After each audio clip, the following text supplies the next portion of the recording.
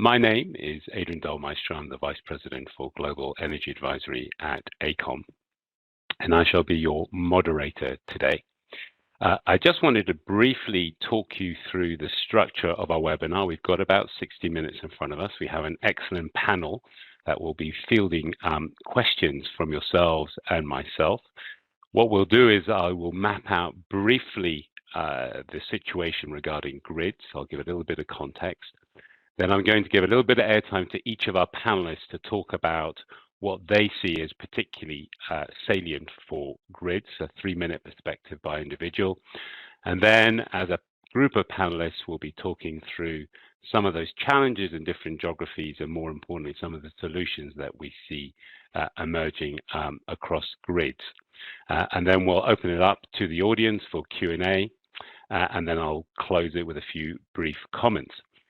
Please note all attendees their lines will be muted. So if you've got any questions or comments, please submit them via the WebEx chat or the Q&A function. But before we kick everything off, at AECOM, we typically like to have a values moment. And I would like to just focus on collaboration, because I think this is a pretty key value for us and particularly cogent for the conversation that we're going to have. When we talk about collaborate, clearly, it's all about bringing our unrivaled expertise from different parts of the business to bear on the most pressing and urgent, important challenges that our clients face. And I think the fact that we're having this webinar epitomizes this, because we're bringing our capabilities from different parts of our AECOM organization, different geographies, to bear on what's going to be a very important challenge for the transition. And I also think that collaboration in terms of the different capabilities that we need to bring in order to enable the transition, whether it's a collaboration between governments and the private sector, or the different skills that we bring in terms of professionals from engineers, data scientists, software developers, all this will be critical in order to enable the transition. When we talk about the grid, let's get started. When we talk about the grid, I often talk about the challenges of the energy transition being the pace, scale, and complexity. If we look at what needs to be done with the grid, it really does reflect that scale issue. So grids, according to the IEA, new infrastructure that needs to be built or upgraded, something of the order of 80 million kilometers of transmission and distribution grid will need to be addressed between now and 2040 if we're going to stay on that 1.5 degree pathway. That's approximately the amount of grid that we've built in the last 100 years. So we've got an enormous amount of work to do in a very short space of time. I think also we have a challenge around connections. So if you think about the growth of low carbon generation, offshore wind farms, onshore PV farms, solar PV farms, some of these projects are having trouble getting connection to the grid. And the IEA estimates, at least last year, there was something like 1,500 gigawatts of renewable projects that could not be connected to the grid. And just to give you a sense of magnitude around that, last year there was about 500 gigawatts of global renewables capacity addition. So it's 3 times the volume of that cannot be connected to the grid. And then I think probably the most interesting aspect is the amount of money that needs to be invested in the grid. So unlike in renewables, where we've seen investment grow year on year, investment in grids has stayed pretty flat. So for the last few years, we've seen something of the order of about $300 billion invested annually in grids, transmission and distribution. And the IEA is suggesting that by 2030, we're going to have to double that to something like $600 billion. So significant investment that will need to be made in order to enable these grids to deal with all the aspects of electrification. So whether it's getting the power of offshore wind farms to the centers of demand, whether it's the decarbonization of major vectors, think of transport, electric vehicles, think of heating, such as heat pumps, even the production of green hydrogen through electrolyzers, the growth of data centers, the list goes on. There's going to be more and more pressure on the grid. So really important that we address that. So hopefully that will give you a flavor of the challenge. I'm going to introduce you briefly to our panelists. So we've got, I'm going to work myself around the screen there, MJ Coonan, who is our energy transition lead in Canada. We have Michelle Blaze, based in the US, but she's our global grid modernization lead. We also have Pat Graves, who is our grid modernization lead in the US. And finally, but definitely not least, Stephen White, based in sunny Scotland and our grid modernization lead for Europe and India. So what I'd love now is just to give you each the opportunity to give a 3-minute perspective about what you see as the most salient points around grid modernization. I'm going to work my way around the screen. So I'm going to start with you, MJ. If you can lead the way, 3 minutes, over to you. Sounds good. Thanks so much, Adrian. And yes, you mentioned that our grids are really still based on a 100-year paradigm of a one-way flow, and we see that needs to change. Talking into the industry, we see that we are in a once-in-a-generation moment where we have the technical solutions to create that cleaner grid, but now how to do that? I think that's the big challenge that we see. The systems are very complex. Key components of the system need to be aligned and integrated. And for example, I'm in Canada, we see that our Canadian grid is very vast, very complex, very extended. And we also see that jurisdictionally, the grids are separated, almost in provinces and territories, which makes it also very hard to have a common jurisdiction, have a common goal in how we operate and expand these grids. The positive side on this for Canada is that we have one of the cleanest energy mixes in the world. About 80% of our energy comes from renewable and non-emitting resources. We are the 4th largest hydropower producer in the world. And we're also considered a tier 1 nuclear nation and are recognized for our hydrogen and fuel cell technology. So it's all there, the clean resources are there. But what we do recognize is that we need to increase our generation capacity fourfold. The renewables have to increase as a proportion of the whole. And we really need a smarter solutions integration on supply, demand, grid, and storage. So holistic thinking is really what we have to focus on. It's all these challenges, have to be turned into opportunities through collaboration and innovation. But we also want to make sure that we take note of smart and innovative thinking across the globe that we can integrate into our Canadian solution set. Fantastic. Thank you, MJ. Your comment about the holistic thinking, whole systems thinking, I think that's a really big theme, and we'll be tackling that in our Q&A with the panel. But thank you for that. Let's move over to Michelle. You come from industry. You have a long seasoned career. You're the global leader. What's your take on grids? Thank you, Adrian. I think 3 key points I want to emphasize. First, the grid obviously needs to transition. It needs to provide, improved safety, increased safety. It needs to be more resilient to mitigate the impact of more severe and frequent events, both physical, cyber, and weather-related events. Needs to be able to provide seamless integration of clean energy, seamless integration for the growth of electrification that we'll be seeing. And operators will need to have more faster, quicker systems as well. Second key point is around the opportunities that all this provides. I think it provides, and MJ mentioned it, an opportunity for innovation, an opportunity to develop new technology to help with those solutions or solve those challenges, creating new partnerships. That I see that as an opportunity, whether it's public-private partnerships, partnerships with customers and grid operators, governmental entities and grid operators. New, unique partnerships will help get to those solutions as well. Key as well is an investment in people. building those new skill sets that'll be needed in grid operators, engineers, designers, project managers. And third point is overarching will be for this transition will be a focus in our communities. Studies have shown that vulnerable communities around the world are disproportionately experiencing the adverse effects of air pollution and climate change, right? They're the least able to prepare for and recover from poor air quality, flooding, and a host of other issues that climate-related changes bring. And the grid really more than ever, as part of this transformation, needs to ensure that our more vulnerable communities benefit from these positive changes and are not left behind.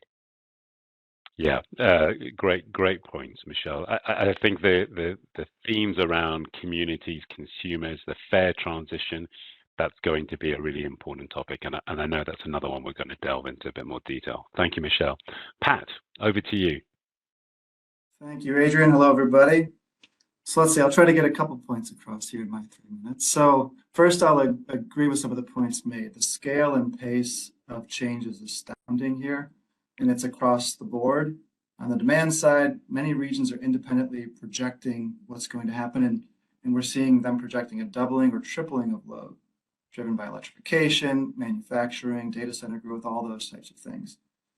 At the same time, supply is shifting dramatically, right? So in recent years, renewables have produced more electricity in the US than either coal or nuclear, and they're the only thing really being built today. Renewables and storage are all we're seeing coming online in terms of capacity additions, and they're not necessarily going where the fossil plants were, right? So locationally, they're shifting.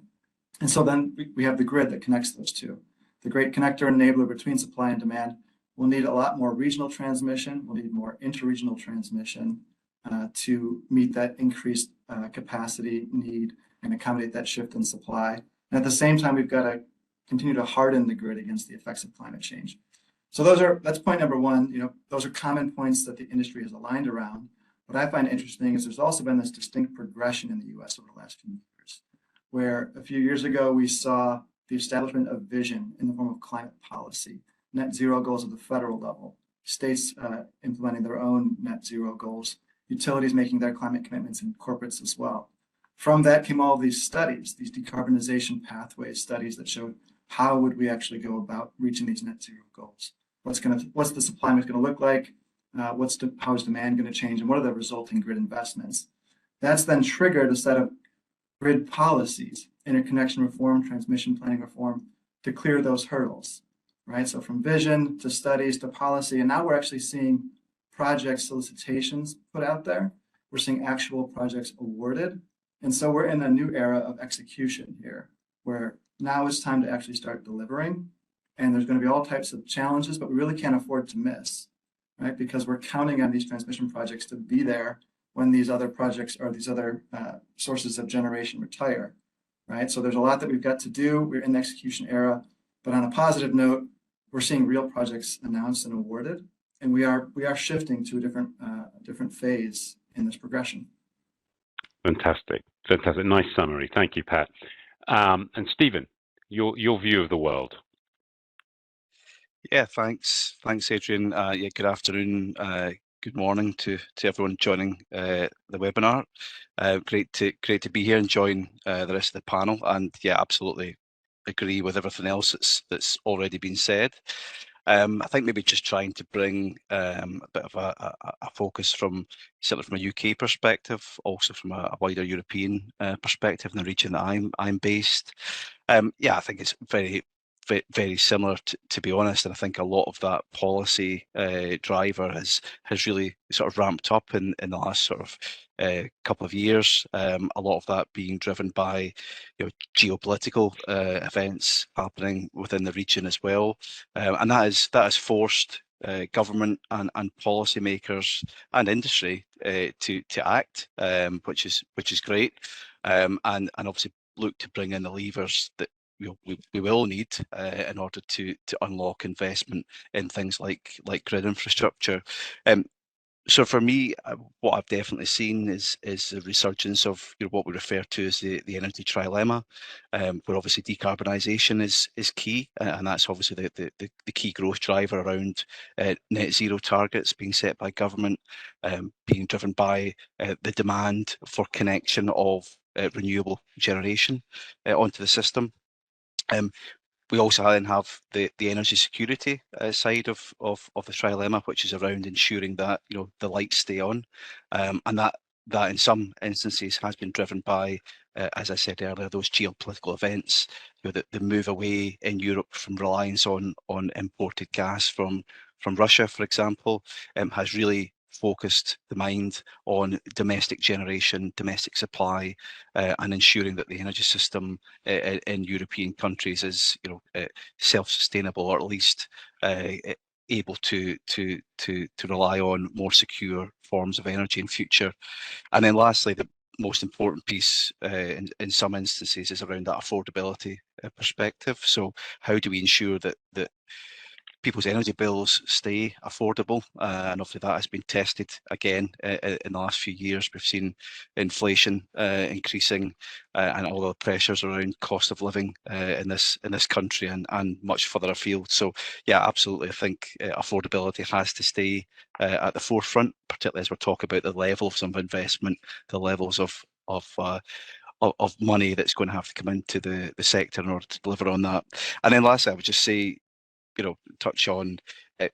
For me, it's about, we need, we've got a fairly unique opportunity here to deliver something for future generations that they're going to look back to us, in 20 and 30 years' time, and hopefully we've made the right decisions. Hopefully we've enabled what will be delivering net zero by 2050, and of course that we've delivered that lasting legacy for the communities and the stakeholders and the future generations to come. So yeah, that's definitely some things that are close to my heart, and yeah, absolutely much to do still, despite its good progress. Fantastic. Nice summary. Thank you, Stephen. So look, listen, one of the points that Stephen's brought out is, I think he referenced a kind of a legacy, once in a lifetime generation. The scale of the challenge, I touched on it, but I wonder if perhaps, Michelle, can you just bring this out in terms of when you look at these different geographies that our colleagues are operating, when we talk about scale, how complex is this? We'll start with MJ's comment about what overall we're dealing with grids that were designed for one-way power flow, and as we build more distributed generation, now you're having to really redesign a 100-year-old grid to enable two-way power flow, as well as different actors that are impacting the grid. We have cybersecurity challenges are impacting the grid, as the grid needs to become more digitized to react to all these changes, but as well, it also exposes it to cyber issues. So that's huge and complex, and we're in the technology that's going to be needed to enable this new transformation. Some of it has not been developed yet. So that's sort of hopefully gives you a picture. It's challenging for engineers and technologists and creative people. That's probably exciting, but the challenge is there's some consistent common challenges across all the regions, but it is very complex. We're heading into a world where we don't know what the solutions are. We're going to have to figure it out as we go along, as we make this transition. Fantastic. Pat, I just want to flick over to you for a second. A couple of days ago, the FERC came out with an announcement, which at the face of it seems a fairly transformative policy announcement about the need to do much more forward planning with grids in the US. How big a deal is this? How much does it kind of reflect the challenge that you're seeing in the US? It's a timely question, of course. I think it is a big deal. For background, the rule that you're talking about, FERC finalized its rule on transmission planning and cost allocation just announced Monday, and it's really about scenario-based planning further into the future. So we know that we have certain policy goals around renewable integration. Rather than waiting for a generator to request interconnection and then kick off this process, the whole intent here is to get ahead of that and actually have these needs identified and actually solicited, projects solicited and implemented in advance of the need. And there's also a component around cost allocation. How do we pay for these things? And having those conversations now so that the states and the different parties can negotiate ultimately how this will be paid for, again, in advance of the need, should help clear those hurdles. So I think the concept is completely transformational. It's going to be a huge deal. In terms of how big a deal this particular rule is, at the same time as I say that it's transformational, some jurisdictions are already doing this. You know, the New York Independent System Operator, PJM, others are already doing this advanced planning. For instance, I'll take New Jersey, for example. The BPU had actually solicited solutions to deliver 7.5 gigawatts of offshore wind into New Jersey.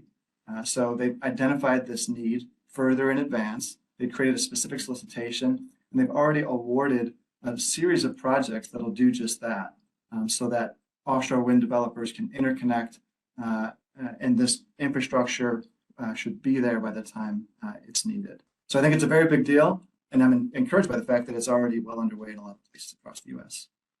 And also, I guess there's one quick question for you, Pat, as well, just on the back of that. I mean, there are idiosyncrasies to each of these geographies. I mean, you know, in the US, Texas is kind of like an isolated grid in its own right. There's no interconnections. How do you manage these? You know, you don't have a homogeneous grid network in the US. How do you manage these idiosyncrasies? Yeah, it's a great point. I think the solutions are going to be different by region and by jurisdiction. You know, you bring up a good point with Texas being relatively isolated. There's been a lot of discussion around increasing the interlinks between neighboring interconnections, whether those are HVDC or otherwise. Finding ways to increase the transfer capability is going to be important for Texas when you look at what's happened with recent ice storms or extreme heat. Right, as compared to the example I just mentioned in the Northeast, where perhaps you know, the resources offshore, which is going to be different than California, where say there might be access to wind and solar in the desert Southwest and the need for transmission to access the load centers. So it'll be regional. Thank you, Pat. Stephen, just connection queues. I know in the UK, in Europe, this is a big challenge. Can you bring it to life in terms of what you're seeing? What are the anecdotes you have with your clients in terms of the scale of that challenge around connections? Yeah, absolutely. So I guess the the short answer is that the connection queue is long at the moment, and certainly in GB in the UK market, and this is a very similar story in much of Western Europe as well. And that is typically driven by just the sheer volume of projects looking to connect to the system, either generation or demand, and that demand coming from, you know, the electrification of industry, from data centers or you know, other large sort of energy consumers.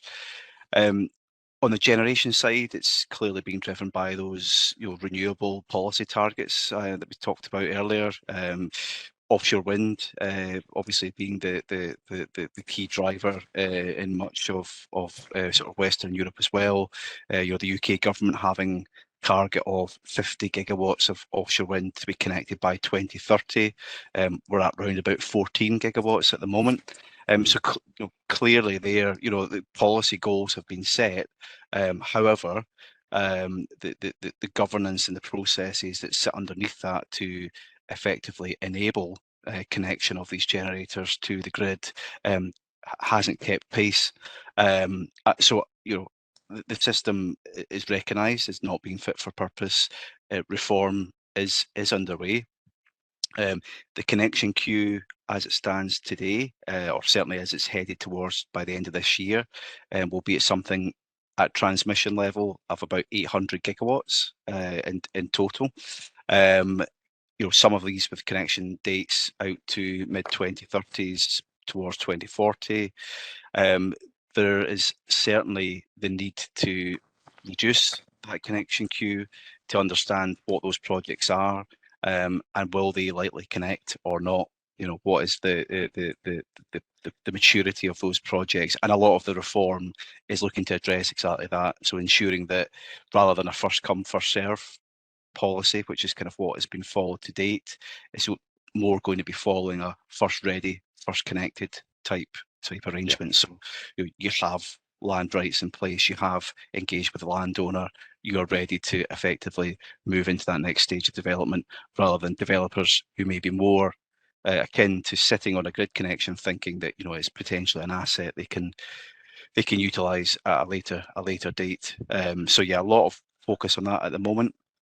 And other markets in the Netherlands, for example, very similar issue. They've in fact actually closed the connection queue to some applicants. There's effectively a moratorium on large demand, like data centres, for example.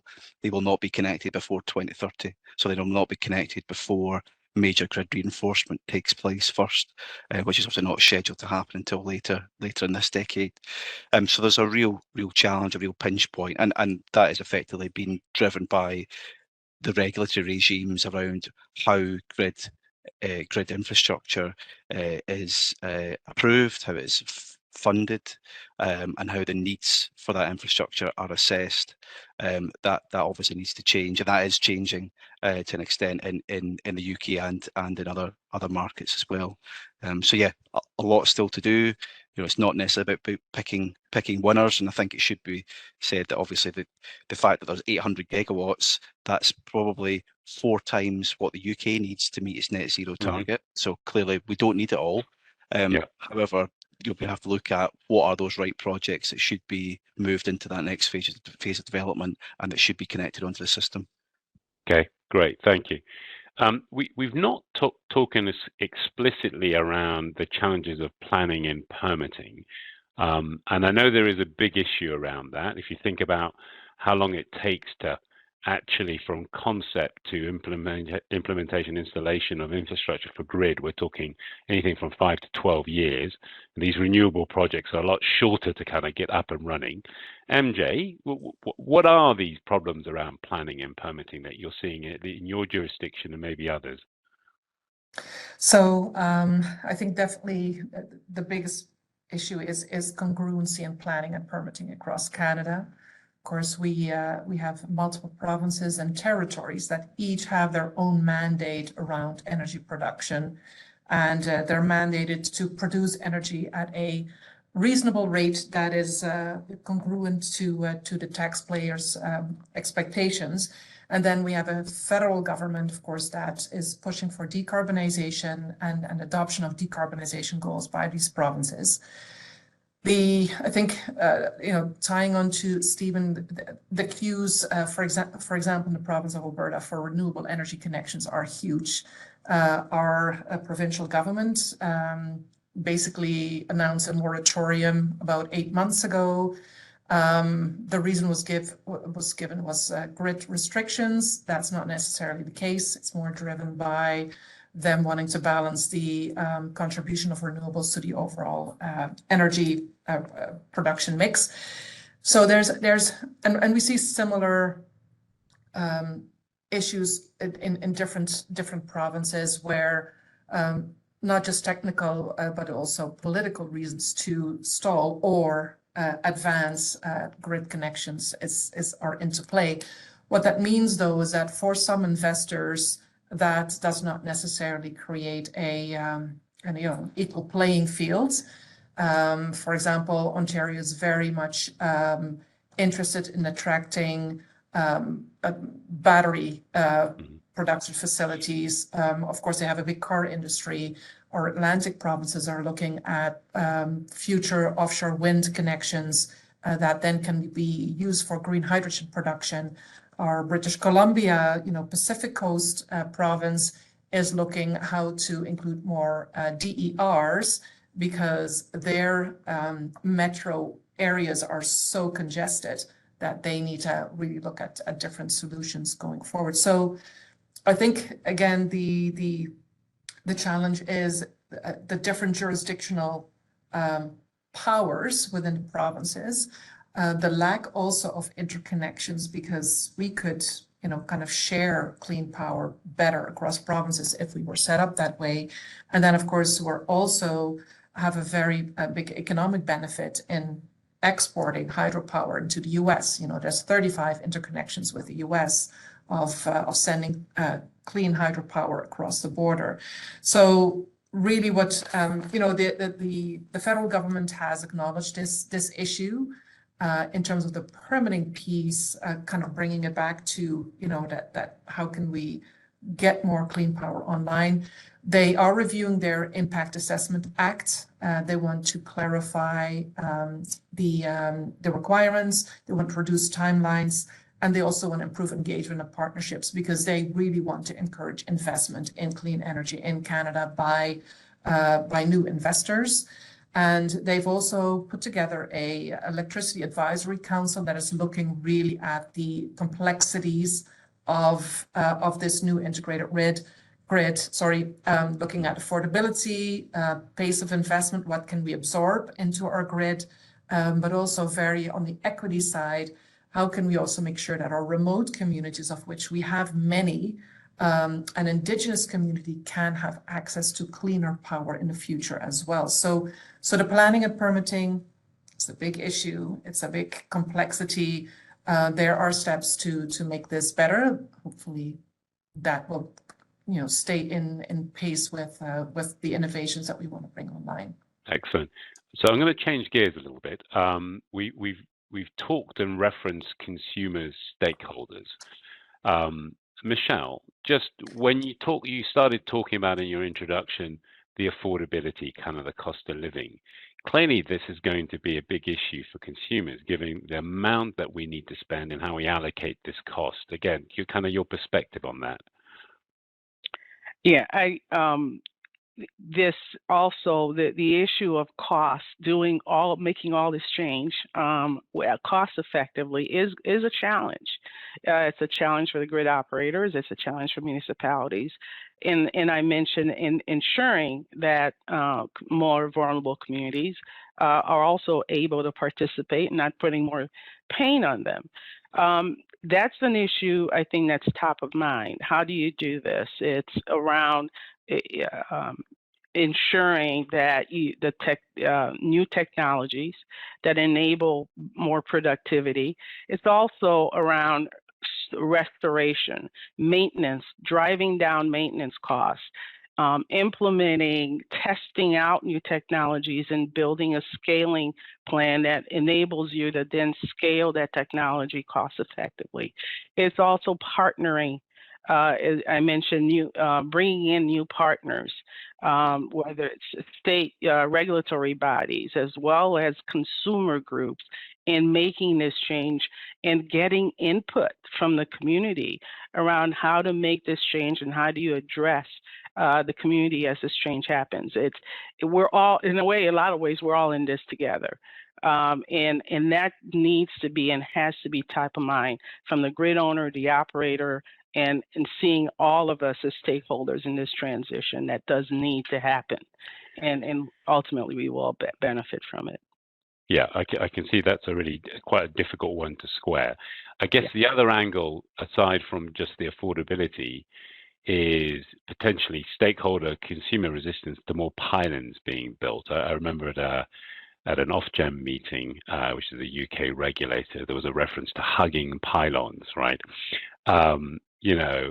Stephen, are we going to face a lot of issues in terms of there's an intent by governments to build this grid? Are we going to have a lot of consumers who are going to be worried about not in my backyard syndrome? Yeah, absolutely. But there's a lot being done to engage with stakeholders, with communities in the right way, and there should be a lot to say about that being done well. However, that can't be said that there's not more to be done and more that can be done. I think we absolutely have a real challenge, particularly in those communities which are disproportionately affected. For example, in the part of the world where I am, we've got a lot of wind resource now. Who would have thought there's a benefit to the weather being terrible most of the year round? But there is. So a lot of communities are disproportionately affected because they live close to where the renewable energy resources are, which require infrastructure in order to transport that energy to where it is most needed, which typically is not in those locations. It is in other population centres. In the UK's case, it's the south. So there is definitely a need to bring on board those communities that are impacted, but also to make sure that they are listened to. And I think a lot of that does happen, and to ensure that they have a voice and they are able to input into the siting, the routing of new infrastructure, the design, and also have a stake in how that is developed going forward and deliver that thing, what I mentioned earlier on about that legacy. And yes, there is discussion around, knocking a few £100 off of people's energy bills every year, but is that really going to deliver the kind of legacy that we need? Is it not more about skills, jobs, keeping jobs in some of these areas, developing the future workforce? And just to touch on the previous question and what Michelle came in on as well in terms of that affordability piece, it's not just about the consumers and the stakeholders today, it's those in future, it's the future generations. How do we ensure that they're not paying the price for the decisions that we take today and the action that we take today, that it's fair and it's equitable for those future generations as well, because these are the people that ultimately are going to be left with this infrastructure for the next decades to come. So yeah, there is work being done in the area. I think we could do a lot more. I think we also need to look at coordinating with other major infrastructure projects in similar areas. So how can we ensure that we are heading towards the same goal, addressing the same priority needs in those areas, regardless of whether that's a large-scale transmission overhead line, whether it's a wind farm, whether it's a green hydrogen plant, whatever it may be, that there is a collaborated effort to ensure that community benefit is delivered effectively and that the community in those areas are, felt to be heard and that they have an ongoing stake in those projects. Yeah. I think that whole point around generational equity in terms of making sure that we don't lumber future generations with a huge amount of debt is going to be a very big challenge. Listen, just in terms of challenges, there's just one more that I just wanted to briefly touch on before we go on to some of the solutions. And Pat, I just want to tag you for this one. People capabilities. I think we've alluded to the conversation about having not enough people, for example, engineers, in terms of people capabilities to deliver this grid infrastructure. Maybe a few thoughts from you on that topic. Sure. Yeah, it's a great point. We're going to need people from the pre-construction functions of engineering, permitting, and planning, project management, all of these various functions, as well as the folks who are actually going to be out in the field constructing this. And I think there's a couple models to consider. We're clearly going to need to develop new engineers and new professionals or professionals coming up through the ranks.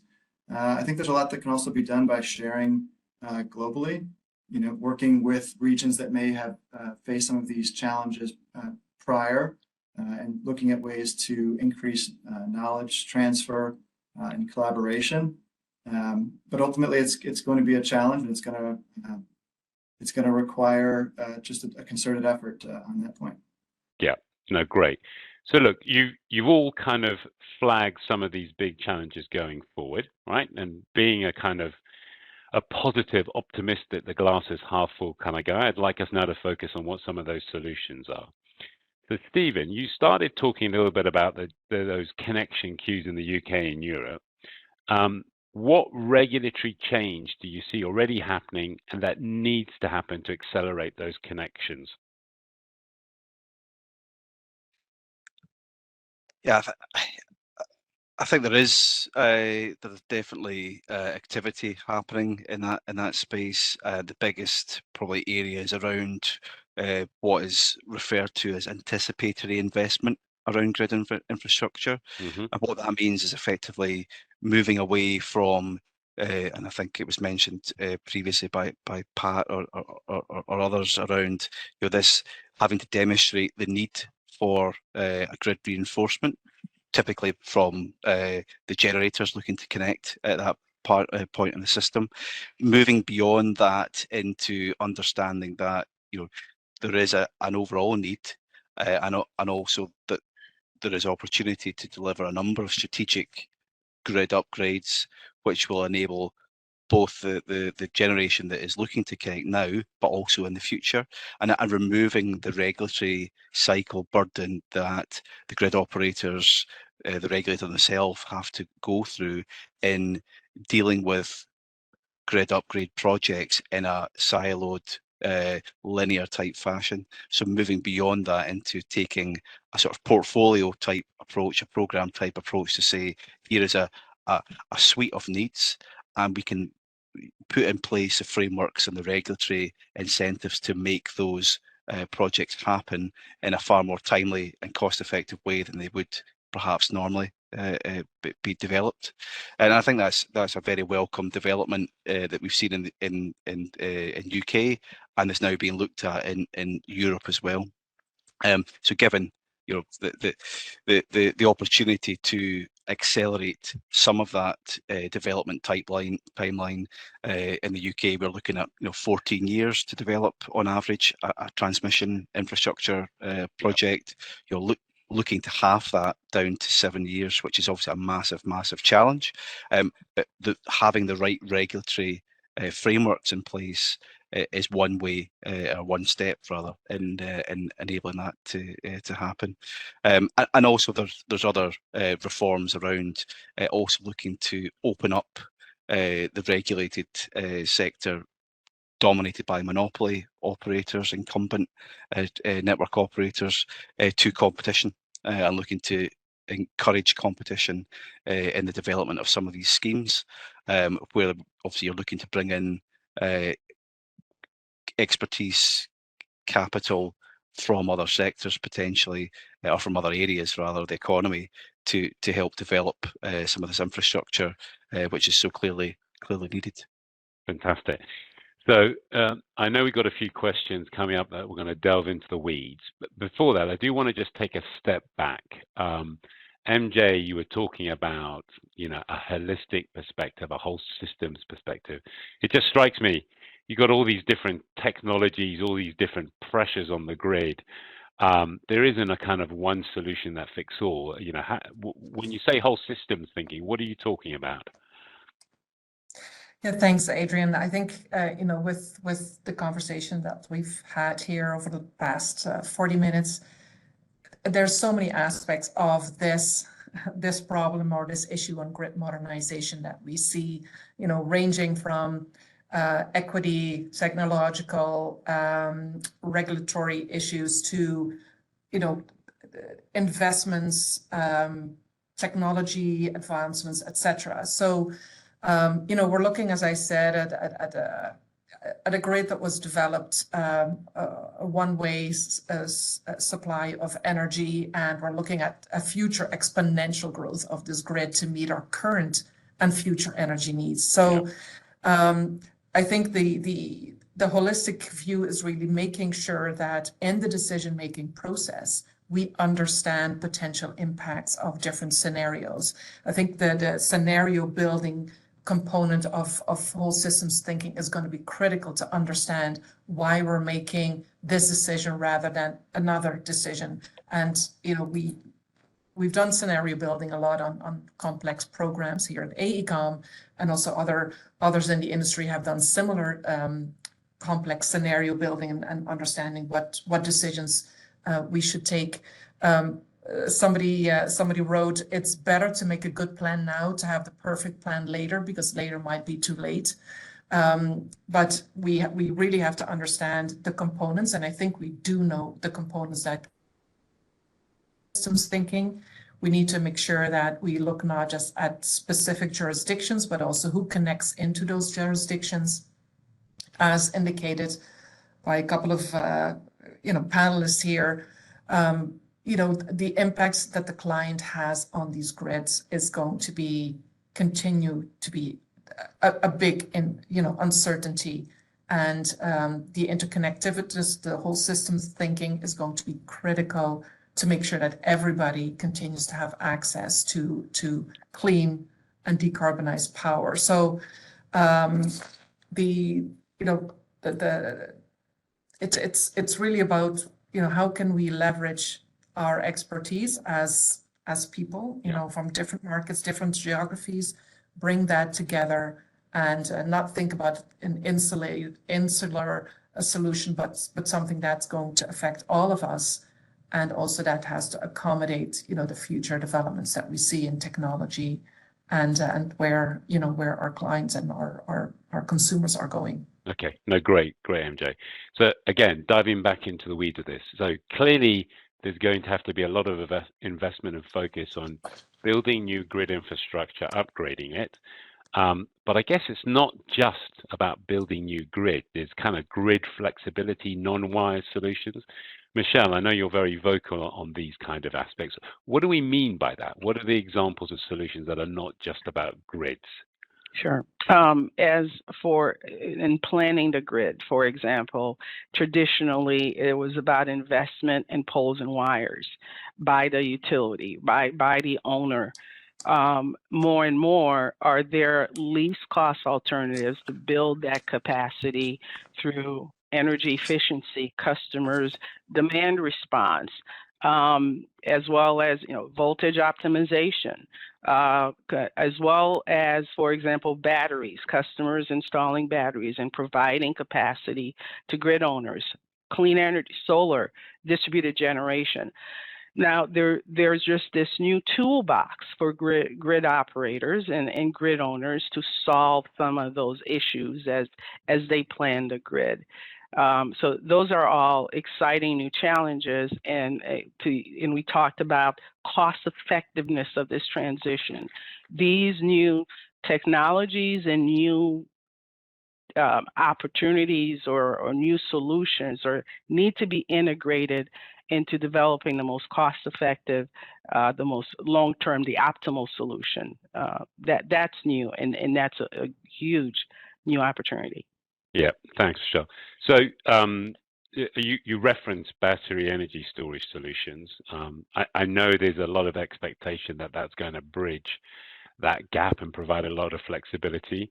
But Stephen, this is a really nascent market. I don't get the impression that this is going to take off at scale for some time, or have I misinterpreted this?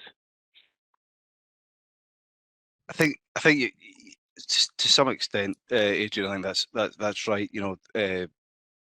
Battery energy storage at a grid scale is absolutely still relatively immature, and again, I certainly we see in the UK context, as I'm sure is also the case around Europe.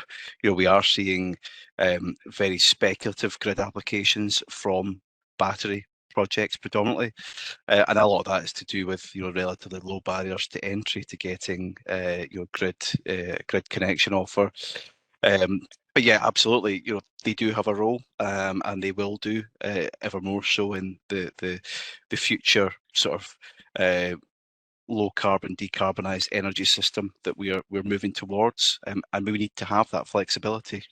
Renewables are intermittent in their nature. It's the wind isn't always blowing, and it's not always sunny, so we do require storage, and I should say that in its broadest sense, because it's not just about batteries. We've got pumped storage hydro, which we've touched on, and other storage mediums that are being investigated at the moment. So certainly, grid scale storage is a massive part of the challenge.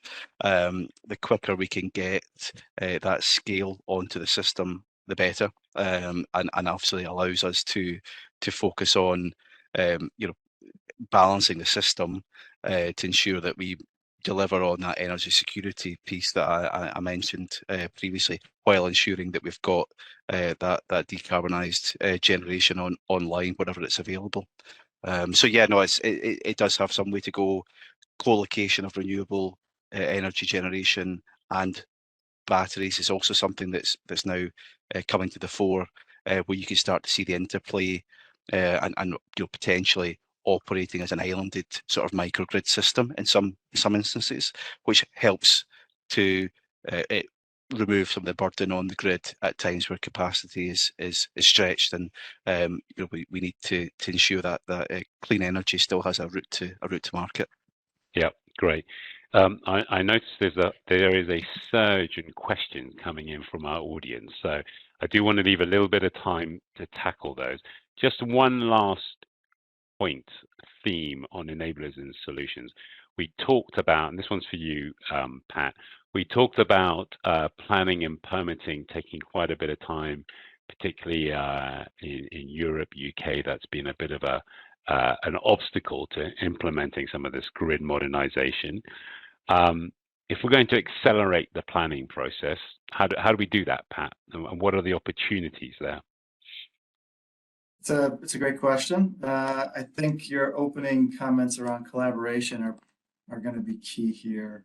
When I think about acceleration of schedule for any of these major projects, it seems that early engagement with all the different communities and stakeholders is going to be key. When it comes to permitting, there's a number of agencies that might be impacted depending on the project that we're talking about. And I think getting in front of those agencies early and letting them know here's what's coming, and talking about the potential constraints and challenges in the process, and just getting alignment on that up front. We have clients where we've seen that actually result in those agencies then looking at their staffing levels and seeking additional funding to increase staffing just to get through the churn of actual reviews, or refining the process to be very clear about what's going to be required. I think aligning on those types of things are some tactical actions that come out of those early strategic engagements. And beyond just the permitting agencies, the communities need to be engaged to want these things, right? So communications, actually going out and explaining the benefits and listening to the communities and finding ways to truly implement what they're asking for in some earnest way is going to be key as well. I hear you. Okay, let's switch to these questions from the audience. I'm going to try and do them justice, trying to address as many of them as possible. And just bear in mind, I will ask the questions, but we may have already touched on those themes already. So when I ask you to kind of comment on it, feel free to be succinct in your responses. So there's a question here, an interesting question on microgrids. Microgrids are one of the solutions in the toolbox for grid owners to evaluate for optimized solutions to grid challenges. Yes or no, is that correct? Stephen, I'm going to throw that one at you first. Yes, I think they are. They're absolutely part of the toolbox, I think was the phrase mentioned. I touched on the co-location of generation, renewable generation, such as solar or wind, with things like battery energy storage systems, and being able to utilize those in a microgrid type setting, for example, for those projects, for those customers who are perhaps unable to achieve a kind of firm grid connection that they're looking for to meet their need. There are opportunities there that microgrids will allow them to continue to switch their energy production into more clean sources, and also utilize things like batteries in order to balance that generation versus the demand of when that energy is actually needed, whether that's for industrial processes, whether that's for keeping refrigeration units going, whatever it might be. So yeah, absolutely, microgrids have a massive role to play, and also can lend themselves towards more community level ownership of these type of projects, where communities can become self-sufficient, self-reliant almost on their own energy supplies, and also can encourage things like sort of localized energy trading, where you have the opportunity to benefit from that locally produced clean energy sources. Fantastic. Thank you, Stephen. MJ, I've got one here for you. So this is a broad but interesting question around education for the public.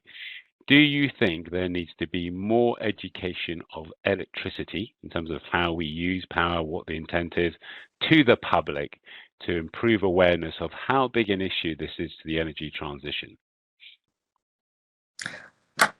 Yes, absolutely. I think that with the complexity, with the level of competing objectives in this whole grid modernization development, the consumer is extremely important. As we indicated, it could be adjacency of wind farms, solar farms. It could be the issues around equity, affordability, the issues around resilience, cybersecurity, but also overall, how can we make sure that everybody ultimately has access to sufficient power?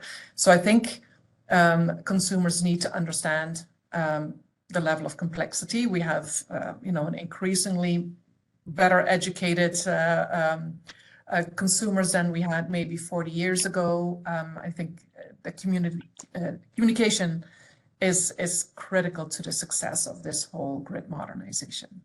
Yeah, absolutely. I do think also, given the affordability, cost of living crisis, the more we explain about how much this is going to cost us, the more we educate them on why we need to do it. Thank you, MJ. There's a nice question here bringing up some of the supply chain challenges. Pat, actually, no, Michelle, can I bring you into this, Michelle? There's a question here around accelerating the energy transition in the grids will also require a decrease in the lead time of electrical equipment. How is this going to be tackled as the demand for transformers, cables, all this key equipment only increases? A supply chain bottleneck there. Your thoughts on that? That is, I think, a challenge that many utilities are facing now. There are some unique solutions that are happening in terms of, we've all mentioned partnerships, where they're developing partnerships with vendors. Some solutions include, for example, reserving manufacturing time years ahead, thinking about your procurement process in a long-term procurement versus what I need for that next job or that next 2 or 3 years, partnering with the clients for procurement solutions as well. So again, the innovation and the partnership are some of the different types of solutions that are being used to address some of those constraints and issues as it relates to supply. I don't think there is a one-size-fits-all, but there are different types of innovative solutions that are happening, and it continues. It doesn't solve it. It probably mitigates the impact until we get back on track with availability of equipment and supply. Yeah, good answer. I guess the other thing to bear in mind is that supply chain bottleneck is affecting all of the parts of the value chain right across the energy transition. Yeah, I agree. So there is, and part of that is the consequence of actions of some of those players in the sector. I think the offshore wind sector is a good example about this. Desire to build bigger and bigger turbines doesn't lend itself to standardization, which puts even more pressures on the supply chain. So I think it illustrates it. Yeah, we talked also about long-term planning. That the need for planning out, and Pat mentioned the FERC ruling that just came out in the U.S. That's providing or requiring more consistency for long-term planning across grid owners and grid operators in the U.S. Having that long-term view also enables you to now look at the long-term supply needs and reserve that too. Fantastic. Thank you, Michelle. Look, we've got 2 minutes left. I want to squeeze in one more question. Pat, I'm going to throw this at you. Can you be really succinct, 30 to 40 seconds, okay? What do you perceive is the percentage of the grid that can be retrofitted for modernization versus full replacement worldwide and regionally? And just to give you a little bit of a hand there, I'm not sure we're suggesting that all the grid needs to be upgraded. There's a balancing act, and there are probably other solutions that we've alluded to. But quick response on that, Pat. Yeah, I like that question because I think there's huge opportunity to take advantage of the existing capacity we have. When you talk about transmission, you can think about grid enhancing technologies like dynamic line ratings and power flow optimization. You can think about reconductoring, which isn't entirely reuse of existing facilities, but it's using a lot of the same facilities and at least the same existing rights of way.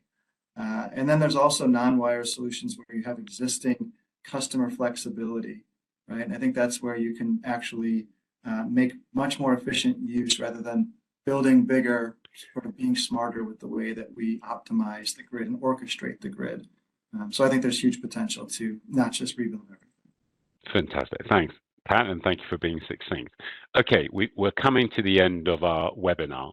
So firstly and most importantly, thank you to all the attendees who made the time to listen to our webinar. I know you're all extremely busy, so appreciate it, particularly with the different time zones. An even bigger thanks to our star-studded panel. I think you've been absolutely fantastic, bringing your regional perspectives, but also trying to kind of provide an umbrella, a global and international perspective on what the challenges and the solutions are to grid modernization. We've done a recording of this webinar, so we'll make that available to participants so that you can share it with your colleagues. There'll be a LinkedIn post, again, advertising this and future webinar series, so please keep an eye out for that. Don't forget, we launched our Future of Infrastructure report towards the end of last year, which talks a lot about some of these issues around grid modernization. I would encourage you to read that. And please, if you have further questions or feel frustrated that I didn't do a good enough job in airing your question, please reach out to us either on LinkedIn or when our marketing colleagues share some of the collateral. Please share your questions. We'd be very happy to follow up. On that note, I wish you a very lovely day, whether you're the beginning or the end of your day. Enjoy yourselves, and thank you very much for tuning in. Take care, everybody. Thank you. Bye-bye.